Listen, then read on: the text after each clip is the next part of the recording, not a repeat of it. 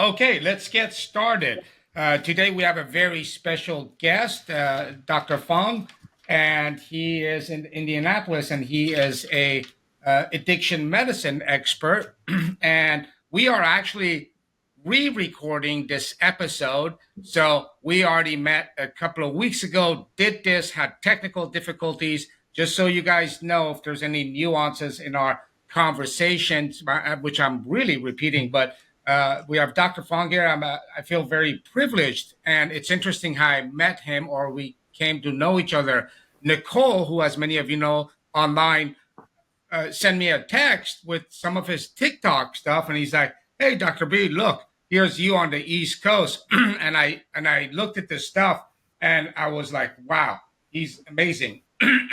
So we got together, we talked, we shot this video about a week ago, and it went technically south. We're going to do it again. The topic today is going to be how to get off Suboxone. You're going to find this stuff really, really interesting, useful, and hopefully enjoyable. But I think you're going to get a whole new understanding. It's stuff I've talked about in the years past. But first, let's get to know Dr. Fung a little bit. He's an addiction medicine expert. He has a new book coming out. Actually, his book is also now out now. Abstinence Kills. Dr. Fang, welcome back. I'm sorry about the technical difficulties we had, and I'm really happy you're here with us today so we can do this again. Hopefully you'll be better. I'm delighted to be here. Thank you for inviting me. And we do live in this world where we're always held hostage by technical issues. Yeah. We sure are, right? It's funny. It's supposed to make our lives easier. Why don't we start again where you tell us a little bit about yourself, what you do, and I do want to know about your book, and we're going to have the links that give the viewers access to you below, including your book. Why don't you tell us, take 5 minutes, tell us a little bit about yourself, and then we'll dive deep into how to get off Suboxone. Thank you for the opportunity. Well, I started off as a family doctor, and I've been a physician now for 40 years. And I fell into addiction medicine by accident. And I was around when the whole opioid epidemic erupted with Purdue Pharma and things like that. And I was at ground zero, and I saw a lot of my patients who fell victim to addiction. And as a family doctor, I was privileged to get a side that a lot of people don't see. I saw patients that were good, hardworking people who loved the family, who got hurt in a job or something and got put on high-dose opioids, and then lost their prescriptions because of various reasons, and then ended up resorting to getting medications off their friends and family, and before they knew it, they lost control and became addicted. I then had to learn how to treat addiction, and I started writing buprenorphine, and I was amazed at how well these people responded. And within a short period of time, they were back to being functioning people, being the same good, hardworking family people that I had known them to be. And that was, for me, proof positive that addiction is a disease, because I saw somebody that was, that I knew to be healthy, and then they came down with an affliction. We gave them medication, and they returned to the state of health. If that's not a disease, I don't know what is. I don't know what it could be. Let me ask you a question, which I'm curious about. At the time, you were still practicing family practice. You started doing this. How many years? This was, this would be in the early 2000s. Okay. Okay. My question to you is this. When you started writing for buprenorphine products, Suboxone, whatever, did you approach that at that time, or were you aware of the stigma and biases towards this medication? Because I know a lot of people that won't even go near it, and they don't even understand addiction. But it seems like you very wholeheartedly approach this without any biases or judgment. What was going on in your mind at that time when you started this whole gig?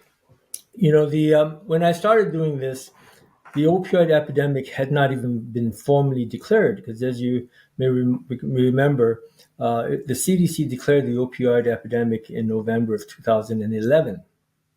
And by that time, most of us on the field were really aware that there were issues going on.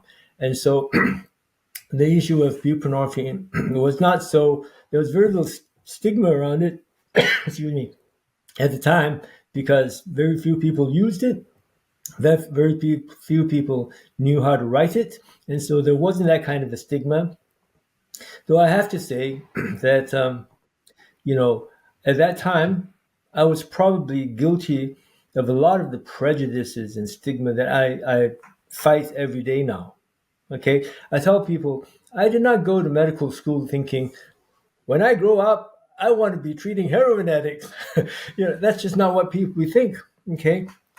But once I started treating addiction, I realized that this is the most rewarding thing I've ever done in medicine because I get to see young people and we put their lives back together and we make such a big difference, not just for the patient, but for the patient's family, the children, the next generation, generations yet unborn. We help their families. A lot of times they're already now living with grandma because the parents can't handle them anymore. And we have a multi-generational thing. And also we get to see the fruits of our labor, that how well they come along. So that's kind of how I ended up falling into addiction medicine. I tell people that I loved being a family doctor. I really liked it. It was very gratifying. It's one of the few areas of medicine where we see the full spectrum of humanity and we treat them longitudinally over time. It's not like, just seeing them when they're sick. We see them when they're sick, when they're healthy. We see them when they're young, when they're old. I saw the full spectrum of humanity, the good, bad, and sometimes the very ugly. We saw people from what we call womb to tomb.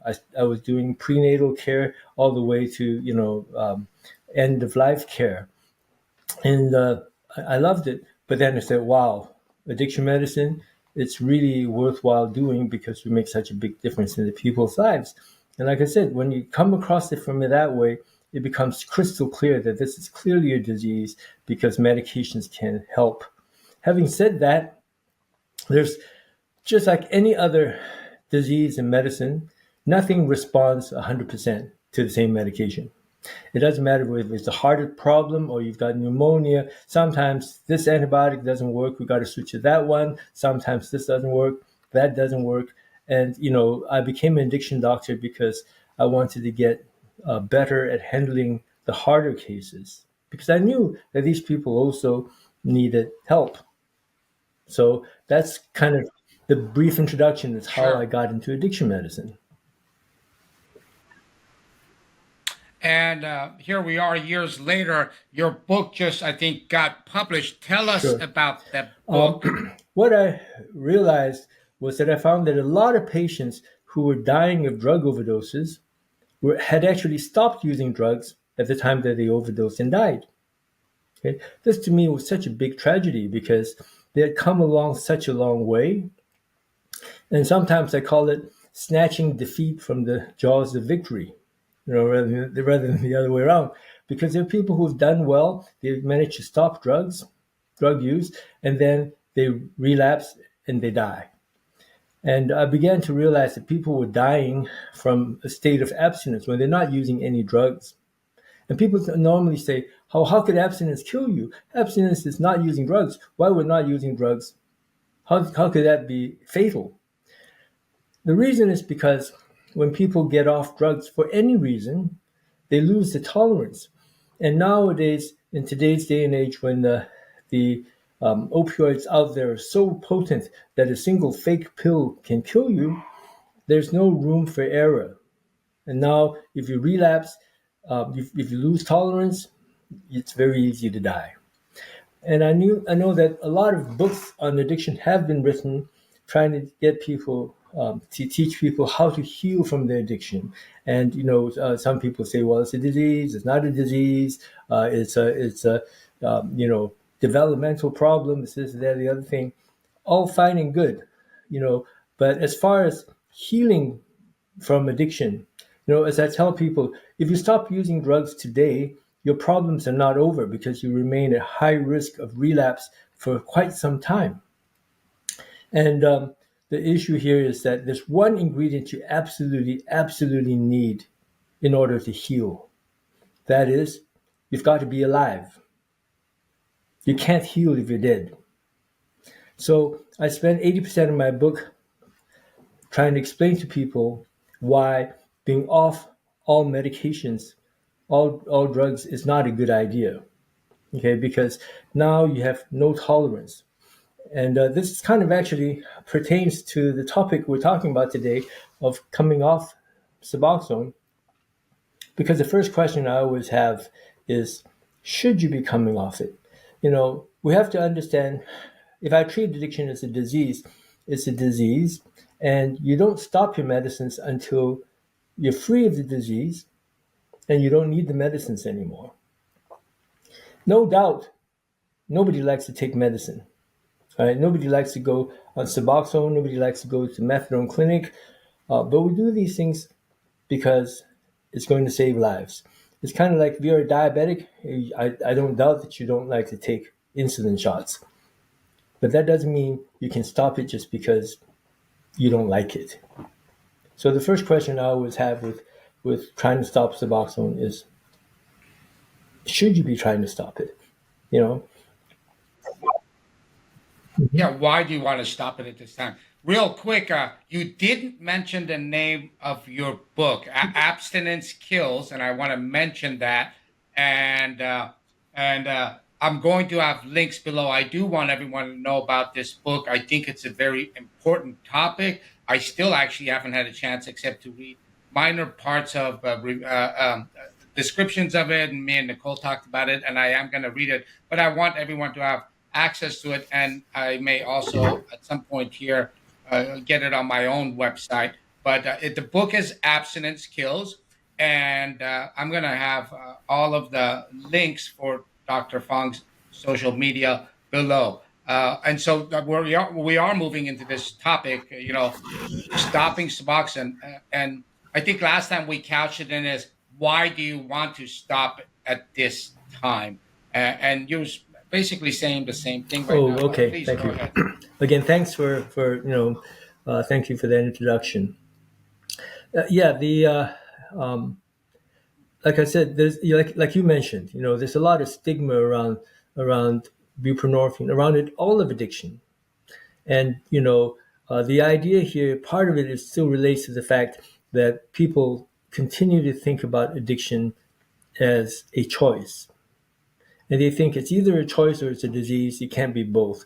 And so if it's a choice, then addiction is always a matter of making bad choices. And if you just learn to make good choices, you won't need it anymore. And that's not quite what the disease model says. I point out that, when people are have any chronic disease, and addiction is a chronic disease, almost every chronic disease I know of comes with episodes of flare-ups or exacerbations. Okay, asthma, you may be controlled for several years and not have an episode, and boom, you have a flare-up. Your diabetes can be well controlled, and then boom, you have a flare-up. All these things can have flare-ups. One of the biggest differences is that, if you're an asthmatic and you have a flare-up, you don't throw away your inhalers, right? If you're a diabetic and you have a flare-up, you don't say, oh my God, my insulin's not working, I'm going to throw my insulin away. But people do that all the time with addiction because it's such a stigmatized thing. When they have a relapse, which is part of the course of the disease, they kind of think, oh my God, I'm not deserving of sobriety. It's my fault. I'm ashamed to tell my doctors, and I'm ashamed to tell my family, and they hide. And that's what leads to the disease spiraling back down. Whereas, if you would just approach it as a disease with a flare up, let's deal with it. Let's get you a bit more medicine. Let's get you more treatment, more close follow up. And maybe that's all we need to do to kind of get the condition back under control. Just like an asthmatic, I say, imagine how difficult it would be to get an asthmatic under control if they threw away the inhalers every time that they had a flare up. And imagine how much easier it might be for us to treat addiction if people didn't throw away their treatment every time they had a flare up or a setback. Yeah, I'll validate what you're saying more and say this. I'll add a couple of ideas to this. Number one, as far as the disease model versus choice, moral failure, and any other fantastic delusional thought process of describing what addiction is. I tell people I don't care about the ontological status of it being a disease. What I care about is that model helps me make predictions and plan treatment. Besides that, it's inconsequential and irrelevant. It's philosophically interesting, but for my clinical work, it's a disease, and it gives me a tool to make decisions, choices, treatment planning, and so forth. That's one thing. So I don't even think about it now. I might be sitting here with you talking about it at a 30,000-foot view. That's a different story. Two, you're mentioning this chronic disease thing, and I want the viewers to know that this is not just an opinion. This is not just, we choose to look at it that way. If you took substance abuse and addiction and grafted out in individual and groups' lifetimes, it fits the graphs for any other chronic disease, including when you throw in other dynamics, age, how long, number of exacerbations. So it fits that model, so it works with that disease model, and so it helps us predict. And number three, I want to point something out. You're actually bringing it right up to the surface. The stigma with it, getting rid of your thing, relapsing. Now, whether you are on subs or you're not, when a relapse happens, I want to point something to the viewer, and I'm sure you're well aware of this. When some event happens in your life, you lose your job, your significant other leaves you, there's a tragic passing of someone near you, difficult times, and you use that evening, all is not done, lost, and gone. And in fact, the technical term for it, even though in this country we still call it relapse, it's an episode of use. And if you continue to use, that can, with all of the dressings of what it is to be using, it turns in a spectrum into relapse. So when you have an episode of use, everything is not lost. Everything you gained during that time is still there, but now you have tools, and it's important you don't have the shame or guilt, and you get right back into Dr. Feng's office and say, look, I don't have any Suboxone, or I do, it doesn't matter. What do we do now? That's important. And the quicker you do it, the better. And the last thing I want to add, traditionally in this country, when someone uses, they're like relapse, and they put them back into detox. Quit your job, leave your apartment, leave your kids, wife, girlfriend, whatever obligations you are. You got to start from the beginning. Absolutely. That's insanity. You had an episode of use. Stop what you're doing. Call Dr. Feng or whoever your doctor is, or immediately, and address that issue so you can get back on your feet and move forward. You are not the same person today because you had use last night or the last 3 days or the last 4 days. You're not the same person as originally had this disease. If I had God forbid, if there's a breast cancer and the initial heavy work was done, let's say you even had a double mastectomy. Now at your 5-year surveillance, at the end of it, some lymph node pops up positive. You don't go back and do a double mastectomy, right? You address that in a surgical, precise way. Hopefully it's not spread. And this is the same thing. You had an episode of use. You don't leave your life that is so productive and valuable at this time and run back into detox from the beginning so you can be charged $1,000 a day for your insurances. you take care of that thing in a surgical, different way in discussion with someone like Dr. Fong. Sure, Is that absolutely, about absolutely. right, Dr. The Fong? one other thing I would add to it, when you talk about how it maps on top of the same as any other disease, other really, really important thing that's I think pertinent to what we're talking about today is the evidence for the efficacy. What we know is when people get on Suboxone or methadone, we cut mortality by 50%. Okay, that alone is worth the price of anything because when it cuts mortality that much, I don't care if you call it a disease or a choice. If you don't believe it's a disease, if it responds that well, Yeah, we need to be using this medication because it's going to save lives. On top of that, it does things like stops you from coming down with hepatitis and HIV and blood clots and heart valve hepatitis. infections Yeah. and things like that. It reduces your risk of running into problems with the law and restores you to function. And so these are the evidence is, even if you don't think it's a disease, it responds so well to medications, you ought to be on these medications. But the idea here is the most important thing about these medications and why we're talking about stopping it or not stopping it is because if you stay on your Suboxone or methadone, you don't lose your tolerance. As I said, the one ingredient, absolute necessity to healing is you have to be alive. And what Suboxone and methadone does is it buys you time to heal after you get off your medicines, after you get off your drugs. After you get off your drugs, you still need time to heal. If you don't give yourself that time to heal and you get off the drugs, it just takes one mistake, and everything's undone. You know, you can win 100 battles, you just have to lose one.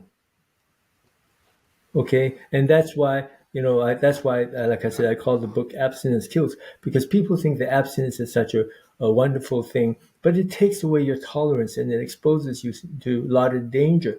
And sometimes, when have conversations with my patients about, maybe they should stay on the medications, they say, well, doc, if I ever feel like I might relapse again, I'll come right back. I promise, I'll come right back.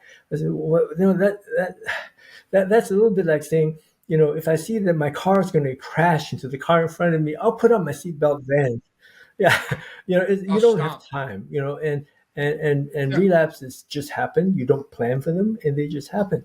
And I tell people that medicines like Suboxone and methadone are not just medicines that help you find your sobriety. Very importantly, they're also like your bulletproof Kevlar vest that keeps you alive if you get shot by accident. So, it's like a seatbelt that keeps you alive in case of an accident you didn't see coming. And it may not be an accident that, you caused. It doesn't matter. Somebody, hits you, somebody cuts in front of you. It still can happen. Absolutely. And, we've set up, we've sort of established how important it is to stay on this medication. There's so many nuances we could discuss here, dosing and all that stuff. That being said, okay, a lot of people want to know, hey, when can I get off of this stuff? And then how to get off of this stuff. And, I Hmm. think we share the same Yes. answer for the most part with our patients. Why don't we just dig into that? We know it's important to be on this stuff. And now the question becomes, Hmm. a little bit how long, but that's very intimately related is how do I get off Suboxone, which is actually very related to Yeah. each individual person, how long they need to stay on. So Sure. please, you Now, start this the first thing response. I tell people is that, this is something we touched upon last time we talked about as well, the idea of agency. Okay, the four principles of bioethics. The first one is agency. I can never force a patient to take any treatment. It always has to be voluntary. So whether I think you should come off your drug or not, whether I think you should come off your medication or not, if you tell me, Doc, I want to get off my Suboxone, I will help you. Okay, because that's part of our mission as ethical physicians to make sure that we respect the patient's agency. Okay, I do tell patients that you have to want to. I'm not interested in it if it's your mom that wants you, if it's your parole officer that wants you to get off it, if it's your best friend that wants you off it. A lot of times people also think that it's a matter swapping one addiction for another. And they call Suboxone, they call methadone legal heroin. Okay, and of course that is so far from the truth. Like I said, okay, with medicines like Suboxone and methadone, we cut mortality rate. We stop them from coming down with hepatitis C and HIV and blood clots and heart valve infections. We decrease the run-ins with the law. None of these can be done with heroin or fentanyl. Fentanyl does not do any of these things. This is not legal heroin. This is medicine. Used properly, this is medicine. Now, some people say, well, that doesn't make any sense. How can you treat an opioid addiction with another opioid? You know what? I say, nobody seems to have a problem when I prescribe nicotine gum to help people off nicotine. Okay? And this idea of fighting like with like, where you are, Dr. B, in California, there's fires, wildfires. And a lot of times, how do you fight fires? You fight fires with fires. Sometimes, the idea here that we can't use an opioid to treat an opioid is just, it's not true. And the results, like I said, they speak for themselves. Okay. So the first thing I say to people, make sure you're quitting for the right reason. I don't want you to get off Suboxone because you don't like it. There's no requirement for a diabetic to like his insulin. Okay. The second thing that you need to understand is that, you should be ready. By ready, I mean you have to be mentally healthy. You have to have a stable life. You have to be you have to get out of all that entanglement. For example, if you're still fighting depression, I wouldn't suggest it. If you are still living in a drug house, definitely not. If once you establish, I tell people that when they come to see me as a new patient, says, so what brings you here? They say, I'm here to get off drugs. That's not the reason. Okay, there's only one reason ever to come for treatment, and actually nobody's ever told me I'm wrong. The only reason to come in for treatment is because you want a better life. If your life was good when you were using drugs, you wouldn't have shown up. That simple, right? So, and that's why, by the way, I tell people I never doubt their sincerity, because who doesn't want a better life? But in order to get that better life, you have to say goodbye to your old life. Okay? And that's actually the hard part of addiction, is getting rid of the old life. And I tell people it's a concept I've called out with the old, in with the new. If your pair of shoes has a big hole and your foot gets wet every time you step in a puddle, you need a new pair of shoes. If I give you a new pair of shoes, you have to take off your old pair to put on your new pair. And that's the difficult part, because stopping your old life is so difficult when you have, entanglements and relationships, and it's what you know. And so you have to be out of that old life before I really think that you're ready to come off Suboxone.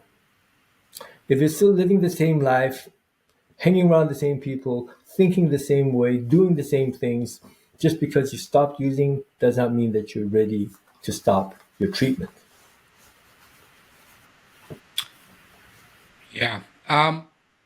If I may, I'm going to go back and add a little something from my end on some of the great points you made. So you made the point about agency, and it's absolutely true. So one of the things I really try to, and in fact, I think we discussed this before, the foundation of harm reduction is autonomous, free-willed individual. And I try to practice that every day, where it's what you do. I'm going to, and I'll qualify this in a second, support you to the extent that I'm not hurting you, you're not hurting me, but it's not going to be any judgments, even if I don't agree with it. The one thing that I always make sure they understand is I'm not a prescription or a procedure monkey. When you come in here, I have one right, and my one right is this: you come in here, I educate you in formal thinking about the choices or considerations you are having. Like I might say, okay, so you want to get off Suboxone? Here's my thought. And I might get to a point where this is not the time.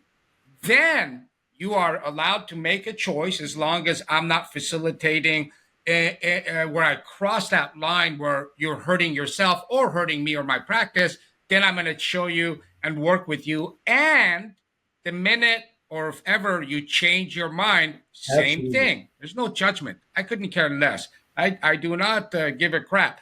I will help you. That's what I'm for. But I always reserve the right to educate you because that's what a physician is supposed to do. I'm supposed to comfort, pain, and heal and do no harm. And a lot of that includes me educating you.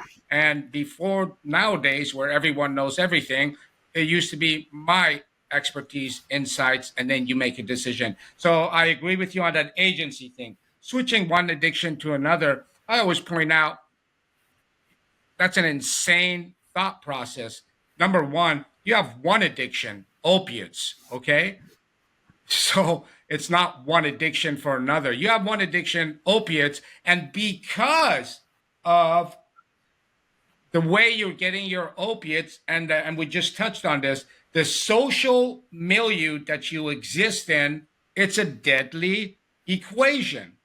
And the solution is to switch that opiate and have it controlled and have it monitored from the outside so that one addiction that you have doesn't kill you. So you have one addiction. How can you say you're switching one addiction for another, opiate for opiate? And this concept, as you pointed out, you used the fire thing. I let them know this is a very well-established theoretical, conceptual approach to pharmaceutical treatment in medicine, whether it's, again, nicotine or benzo for alcohol, right? We've been doing this for a long time. So that's that one. And now the ready thing, I agree with everything you say. And it's basically, I let them know one thing. I say, while you're on Suboxone, and there's a magical attribute to, and you can dig into the pharmacological properties of the medication, but there's a magical attribute to this that when you are on Suboxone, what can be considered pause, post-acute withdrawal syndrome, in the long run, when you're in pause, you're still in a fight or flight mode and you don't even know it's pause. Now, you might be having insomnia, anxiety, mood issues, but it's lit up. When it's lit up, you have a more difficult time healing and getting to where you need to be in terms of cognition, mood, getting a job, all those factors that you just described. Suboxone allows you to time to build new railroads. So you have the tools. And if you're ever ready to get off, and I'd never say when, you can do that. So all those things that you said, and I always tell them, when you come in here for your visits and we're just, shooting the breeze about your kids, your job, your new degree, then you'll kind of have a feeling. I'm like, I think I'm ready. You can't really describe it, but you understand those neural networks that we're feeding into substance abuse are so buried and there's so many layers on top, and you can make good decisions. Now we can discuss, let's start a potential taper. And so I agree with everything you said. I just wanted to add a few more things to it and come from a different angle. But being ready means your life is, if your wife just left you and you just lost your job and you're in a panic mode, it's not a good time to start thinking about rolling off of subs. And I also add, and I'm like, look, I'm not a car salesman. How long does it take? I will say I can't answer that, and there's no data that I can put my finger on or any recommendation I can put my finger on. You are absolutely not the same if you've been using dope for a couple of years and you're 25, now depending on your developmental background and your genetic predispositions, versus a guy who's been doing this for 45 years.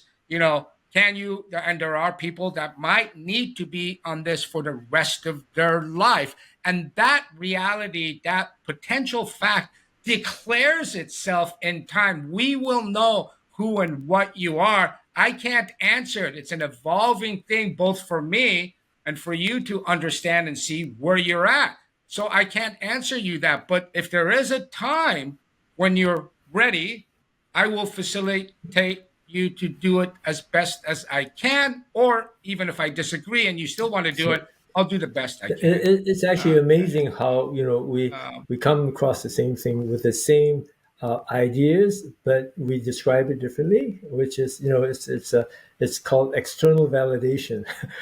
But so what you said about the education is absolutely true. Like say with agency, it's like if I have a patient with acute appendicitis, and I know dang well you should stay in here and let us take out your appendix. If you want to leave, I will open the door and let you leave, but not before I tell you you're going to die if you don't get this taken up. Okay, so that's an education piece, because it all has to be based on informed consent. And withdrawal of therapy is also has to be based on informed consent, which is why we're going through all this thing here today. So that is, I see it that way.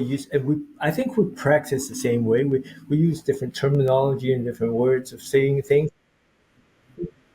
I noticed that. Yeah, I did. So I thought it's a wonderful opportunity to give it to people in two different vernacular, if you will, and if we can reach more people that way. But I don't disagree. I think we do the exact same thing. We use different terminology, approach, use different whatever, but it's exactly the The same thing. one thing I was going to add, Absolutely. one thing I was going to add is that people think that Suboxone, when you're on treatment, because you will go into withdrawal if you don't have it, they think that's a sign of addiction.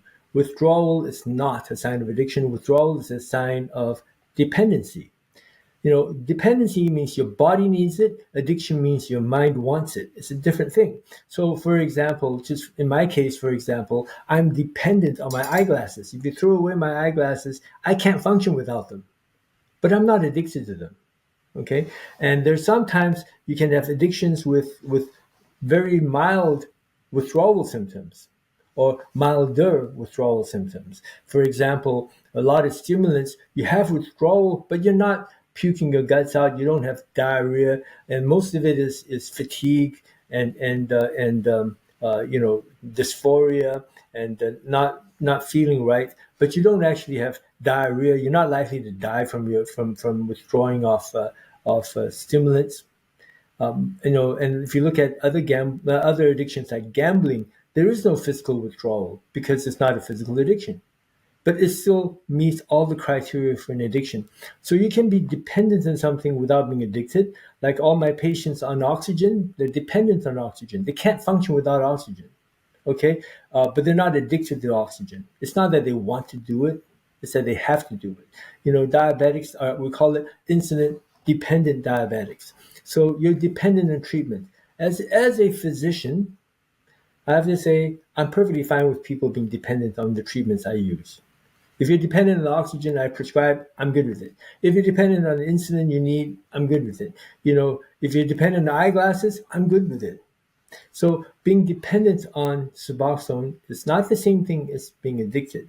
If you stop the thing that you're dependent on, you will go into withdrawal. If you throw away my eyeglasses, I will go into withdrawal blindness. I can't see, but it's not an addiction. I really like what you just said. Now, this one I'm going to steal from you.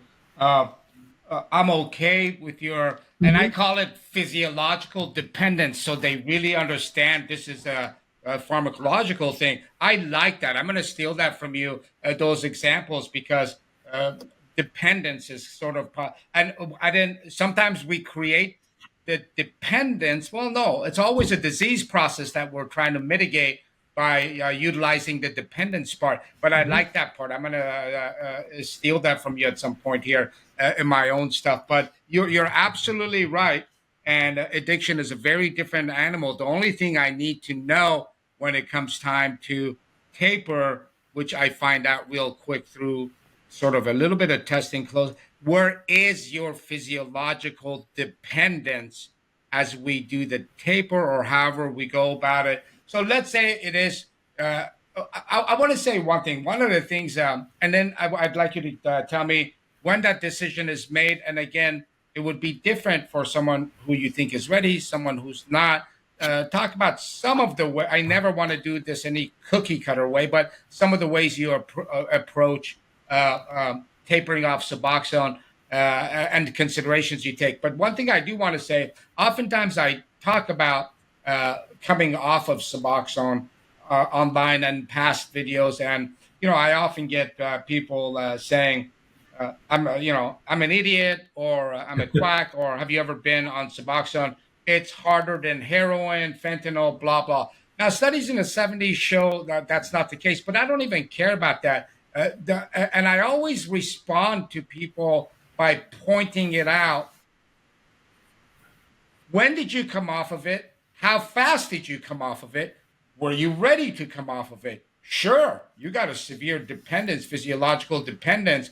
Just because you came off of it and were in severe withdrawals, it doesn't mean that it's necessarily the Suboxone, although it's long acting and so forth, that contributes a little bit to it. But your timing was off. And so I just wanted to throw that in there for all the pundits out there. Other than that, Sure. if we could move into your thoughts on the various ways you approach tapering Sure. some of It's very these simple. patients. The way I think you come off it is slow enough, and not if you come off it Enough. gradually, you won't have too much problem. It's like this with any addiction. And by the way, like withdrawal is not even something specific to addiction. Like I said, if you stop your antidepressants quickly, you can go into withdrawal. You stop you stop steroids quickly, you're going to go into an Addisonian crisis. Okay, but the idea here is with all these things, you come down gradually. How fast, how long of an off ramp you need, I can't always say. This is where the genetic thing is, and what other things you need and whatnot. But the way I do it usually is I say, you're the one that wants off it, so I'm going to put you in the driver's seat. I'm going to give you the medicines that I normally give you, and it's up to you to to cut down the use. Don't do it too quickly, because if you do it too quickly, you will fail. Okay? So, for example, if they're taking 2 strips, you can try strip and a half. If that's too much, I tell them to alternate. You take 2 strips one day, 1.5 the next day, 2 strips one day, 1.5 the next day. So it averages out 1 3/4. And after that's ready, then you go 1.5 every day. Then you go 1.5, 1.5, 1, and then you go down to 1. If you gradually come, I don't. I said there's 2 ways we can take it down. I give you less, and you have to take less, or you start taking less, and I can give you a little bit less. I prefer that way because you're in control. I don't want you to be out of your Suboxone and then go into a terrible withdrawal, and then next thing you know, you run into your next door neighbor who has a different solution for you. You come down as gradually as you need to, and I will meet you. I can either I drop it and you follow me, or you drop it and I follow you. It's a lot more comfortable if you drop it and I follow you. I'm too much even of a coward to give him the option of them dropping it. I do make him be comfortable with the fact that I'm going to give you the same amount, and if at any time you change your mind after we drop it, you tell me. This is not me demanding you to get to a certain place. Two, I like the way you said it. As long as it takes. Now, I do pretty much the same thing as you, and I make sure they understand that. Except I do a test run the first couple of weeks to see where that physiological dependence is, and I structure it for them. I say, you know what? Let's meet up in 2 weeks. Whatever you're taking 3 a day or something like that. And I do different things with different people, whether it's take that dose you need least, start taking days off from that dose at the end of the 2 weeks. Tell me how many days you did it, how you felt. I guide them a little more in that detail, and I'm too much of a coward to take it away from them because I'm like, dude, what if this guy, goes home, can't get a hold of me? It's too much for him. He's worried about his next appointment. So I'm too afraid because I'm not on my office practice is not that on top of that minute to minute thing. So I do the same thing, and and I let it declare itself where they're at. You know what I do find oftentimes is, especially when I advise, I don't think it's the right time, but I see that their emotional, affective disposition is I got to get this off. I let them find out for themselves because they'll be like, no way. And I'm like, this is not the time for this guy. So I let them take control, give them the same amount. What I find is as they hit barriers, whether it's for a variety of reasons that it's not time, they just kind of stop themselves right there. And, when we meet every month or whatever it is, they're like, okay, I want to hold off this month too. I'm like, that's fine, no problem. So I almost let them discover themselves that this is not time. Again, it's that agency and autonomy thing that I'm really big I on. really like what you say. That's one of the reasons why I don't usually advocate another method that people hear about, which is get the sublocade shot. If you get the sublocade shot, it weans off gradually, and then you can stop it, because that way you don't have the time to discover that, wait a minute, I still need it. Okay. And so then, by the time you stop it because you've had a sublocade shot, and now you start having, problems again and cravings start coming back in, you don't have another appointment to go back. Okay. So, Oh, that's a great point. Go ahead. I'm going to give you my thought on that. That's yeah. a, So a very for important that point to reason, make. I mean, people can, what I'm trying to say is this: stopping Suboxone is not just about stopping Suboxone. It's about stopping treatment. And, sometimes people aren't clear to them. It's not clear to themselves that it's not time to stop treatment. And they need time to discover that, I want to get off it, but maybe it's not the best thing. Okay. And buying time for that, the self-discovery is important. Can people do it with a supplicate? Yeah, I've known people to do that. Okay. I've also known people to, self-medicate with things like, herbal stuff. Okay. Like, what is it? Kratom. Yeah. Okay. Kratom? People use kratom. Okay. These things can be used. They're not my favorite way of doing things. Kratom is a medication. I mean, you can tell me what you think because this is also something that's regional. But kratom, it's of course not regulated, and you never know what's in the kratom supply. And I just don't trust the people who are bringing in kratom to not try to juice it up with something. And you don't know what you're getting, and there's a certain level of risk with kratom. Um, but people use it, and I think in this conversation we're having, we got to at least recognize that people do that. People do that. People try to do Sublocade or Brixadi, and they're not my preferred methods. But again, that's part of agency. Yeah. So that's interesting you brought that up. If someone's using the supplicate kind of product for that issue, and I go along with it and we move forward, I do a few things. Number one, I give them some extra subs, and the other thing I do is you know uh, I don't discharge at all, and usually some of mine are on a few other medications. There's a couple guys kind of in this space right now where we start playing with this. All right, you come in every whatever his is, 28 days or 30 days. Here's 10 extra subs. Tell you what, let's make our appointments instead of 4 weeks where you come get your shots.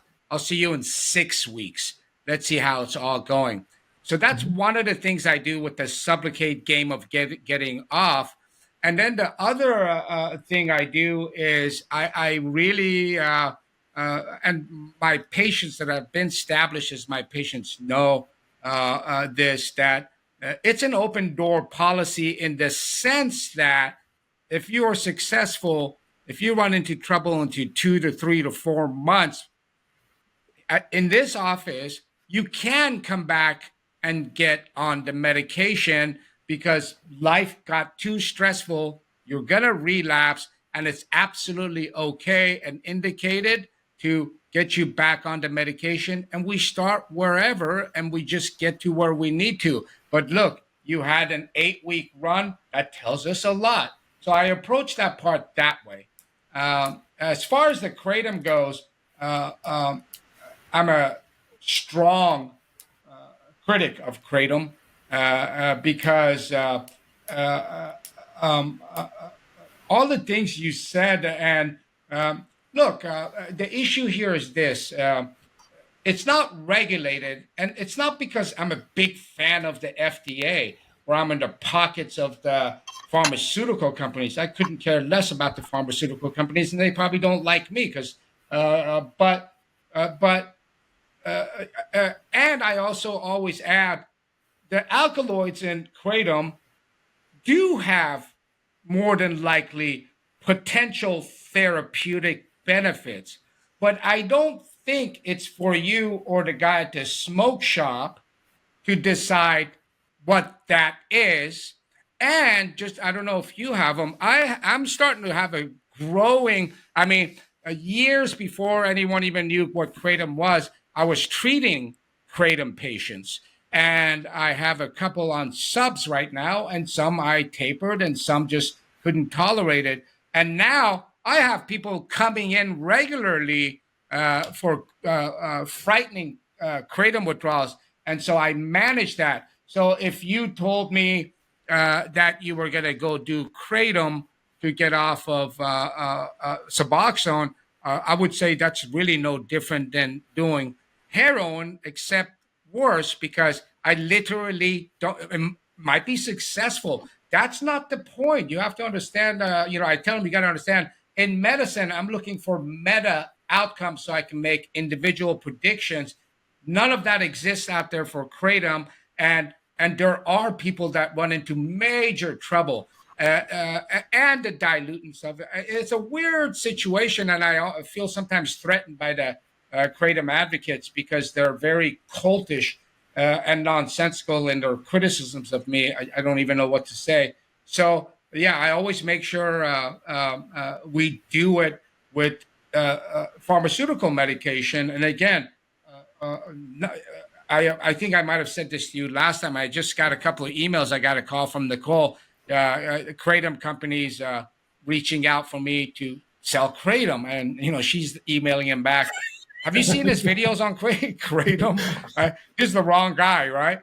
But ironically, I get comments about what a moron I am, and I'm a slave of the pharmaceutical industry.